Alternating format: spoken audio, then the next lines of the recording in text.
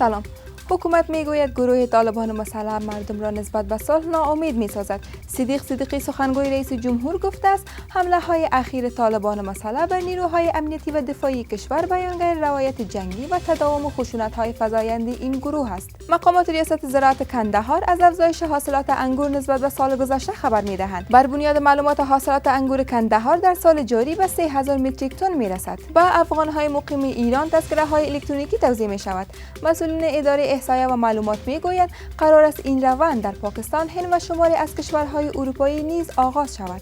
دروس حضوری در مکاتب کشور آغاز شد. وزارت معارف میگوید دروس در مکاتب خصوصی از صنف اول الی 12 و در مکاتب دولتی صنوف 11 و 12 آغاز شده است. و سازمان صحی جهانی گفته است احتمالاً از بین رفتن بیماری کرونا 2 سال را در بر بگیرد. تاکنون 23 میلیون تن در جهان به بیماری کرونا مبتلا شده و 800,000 تن جان باختند.